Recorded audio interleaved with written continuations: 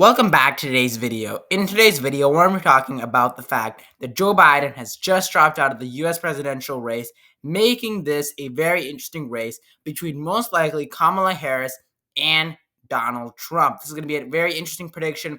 Joe Biden dropped out, I believe, about an hour ago or so, but this is very late breaking news. I was outside for a while, but just came back home and figured out that this actually happened. So sorry for it being about 1 or 2 hours late, but this is a very important video right now at this point, because right now we are actually in a totally new electoral map.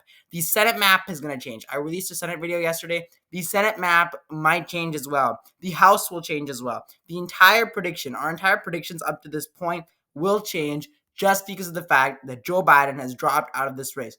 This is a game changer in terms of the entire election prediction. This is a game changer in terms of everything. Joe Biden dropping out of this race will change the entire electoral map. It's going to put a bunch of states in play that you've never seen before. Kamala Harris is an extremely unpopular vice president. She's going to be an extremely unpopular presidential candidate. And if she becomes the Democratic nominee, which she says that she will fight to earn the Democratic nomination, which, might have some inside strings attached to it that she could easily get the Democratic nomination. But we're going to see this might end up going into a full-fledged primary. The Democrats might end up nominating Gavin Newsom, but right now it seems like Kamala Harris is at the top in terms of who is most likely going to become the Democratic nominee. So let's go ahead right now and take a look at where exactly Kamala Harris is in terms of her popularity. So currently, Kamala Harris's approval rating is underwater. She has a 38.6% approval rating. It is one of the lowest approval ratings for a vice president for quite some time. When she came into office, she had an approval rating of approximately 48%. Now she's gone underwater by almost 10 points compared to where she was before. Taking a look at some of the general election polling data, again, it's extremely bad for Kamala Harris. She's behind Donald Trump by 1.9%. She's behind by Donald Trump by 1.9%. Some recent polls show Donald Trump ahead by anywhere from 2, 1, 4, 3%. She is behind Donald Trump in key swing states. So, for example, you're taking a look at the state of Georgia. Donald Trump is leading Kamala Harris in the state of Georgia by 10%. But these polls were taken quite a while ago due to the fact that obviously Kamala Harris has not, been the Democratic nominee for quite some time. This poll here was actually taken recently on July 16th, so this was obviously post debate, but obviously she's way behind. She's 10 points behind Donald Trump in two of these polls. Really, one poll shows her behind by 3 points. So really bad news for her. In the state of Arizona, Donald Trump is leading by 6 points, 8 points, and 5 points respectively. In the state of Pennsylvania, Kamala Harris is behind Donald Trump by 7 points. A recent poll by Insider Advantage shows Donald Trump ahead by 7 points. In North Carolina, Donald Trump is ahead by 9 points. Wisconsin, Trump is ahead by 1 point and 2 points. And in Michigan, Kamala Harris is ahead by 2 points. I'm not entirely sure of how accurate that might be. That was taken actually quite some time ago. If you take a look at this poll was taken, I believe, a while ago. I'm not entirely sure, but it was taken in 2023. So it was taken around November 2023. So quite some time ago. But I wouldn't take that poll too seriously at this particular point. So Kamala Harris is underwater when it comes to all of her.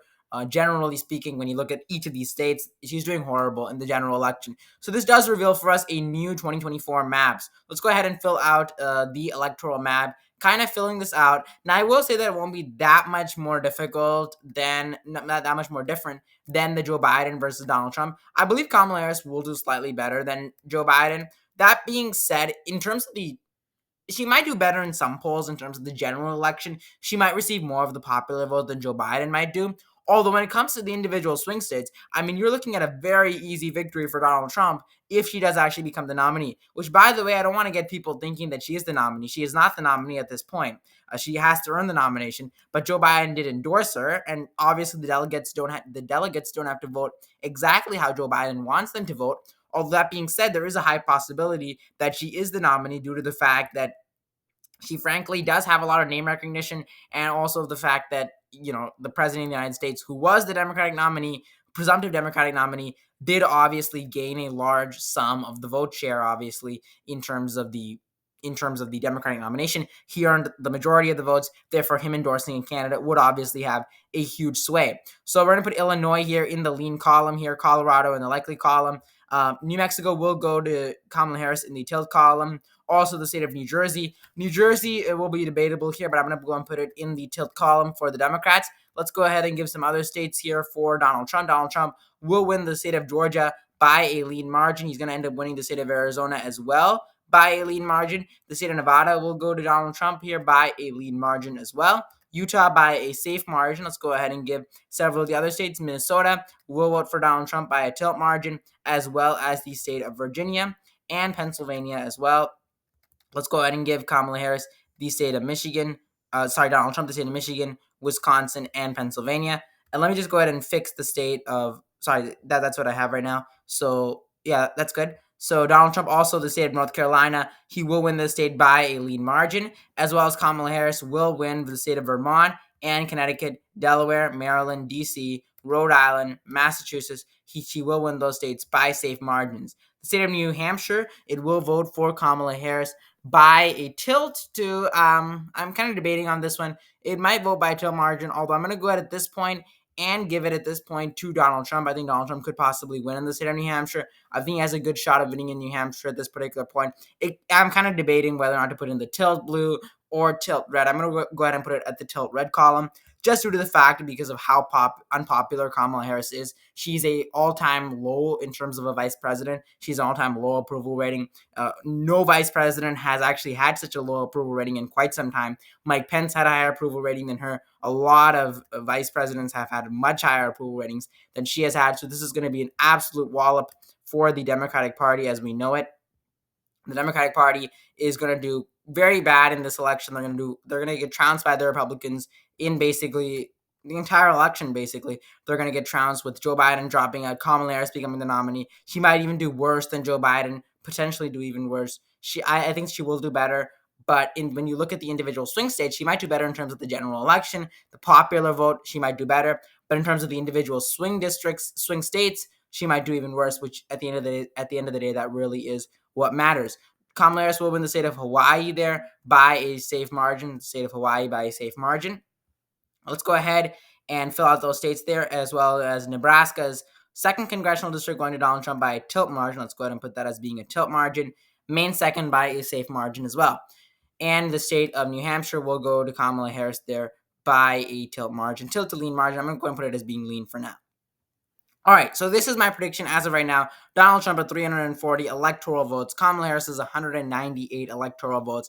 Write in the comment section whether or not you agree or disagree with this particular prediction. I know a lot of you might disagree with this, but Kamala Harris is a historically unpopular vice president. She's behind in all the swing states. In Pennsylvania, she's behind. Arizona, she's behind. Georgia, she's behind. North Carolina, Wisconsin, she's behind. Wisconsin, albeit she's not behind by that big of a margin. That being said, when you look at a lot of these key states, Arizona and Georgia are off the table for the Democrats. It's off the table. There's no way you can reclaim a 7-point, 5-point, 8-point margin of victory for your opposing candidate. A 10-point margin of victory for Donald Trump in the state of Georgia. It could possibly go to Donald Trump by a likely margin. A state which Joe Biden and Kamala Harris ticket won in the last election, will be lost by the Democrats by a lean to likely margin.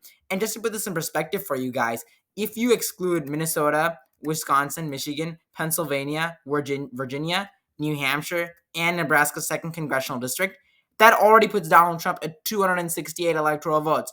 Almost 268 electoral votes, which are almost guaranteed for him with these percentages. I mean, you can't win a state where you're behind in by 8 points, 5 points, 6 points.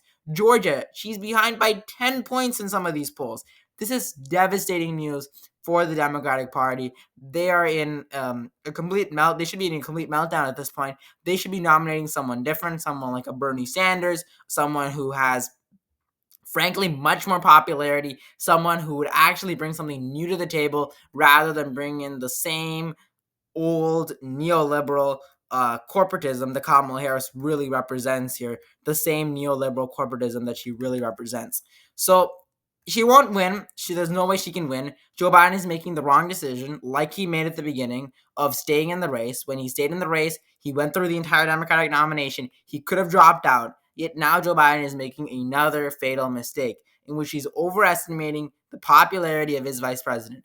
Kamala Harris's approval rating, again, guys, just to put this in perspective, is 38.6%. You can't win a general election with a 38.6% approval rating. there has not been a single presidential candidate who ran into a presidential election who was a vice president or a president who had a 38.6% approval rating and won an election other than Harry S. Truman. And the only reason why he won was because of some interesting scenarios where his challenger, I believe, I'm not entirely sure, but I believe that was a very unique scenario. That was a very, very unique scenario. And that happened, by the way, 60 to 70 years ago, when polling, by the way, at the time was extremely inaccurate. Polling in the 60s and 70s was not entirely accurate. I don't want to say was entirely inaccurate, but that was 60 to 70 years ago. You guys had to recognize that as well, right? In current modern politics, you cannot win an election, especially when Kamala Harris is technically in a way an incumbent. She's not really an incumbent. She's an incumbent vice president who's trying to become president, but she's not going to win. She 38.6% approval rating. You cannot win a general election with this type of approval rating. Okay, just to put this in perspective, if you take a look at this, Joe Biden, like when he came into office, Joe Biden's approval rating is 38.5%. Okay, he's doing horrible against Trump, and Kamala Harris right now is 38.6%, 38.6%, and 38.5% and 38.6%. It's not much of a difference at all. Okay. And she's behind by larger margins than Joe Biden is. Joe Biden is not behind in Georgia and Arizona. Georgia and Arizona are key states for the Democratic Party to win, for the Democratic Party to at least be competitive in. She's behind. They have no path in these states at all. And that's going to be reflected in Pennsylvania. That's going to be reflected in North Carolina. You can already see in Pennsylvania that's being reflected. In North Carolina, that's being reflected. So it's generally speaking a very bad position that the Democratic Party is putting themselves in.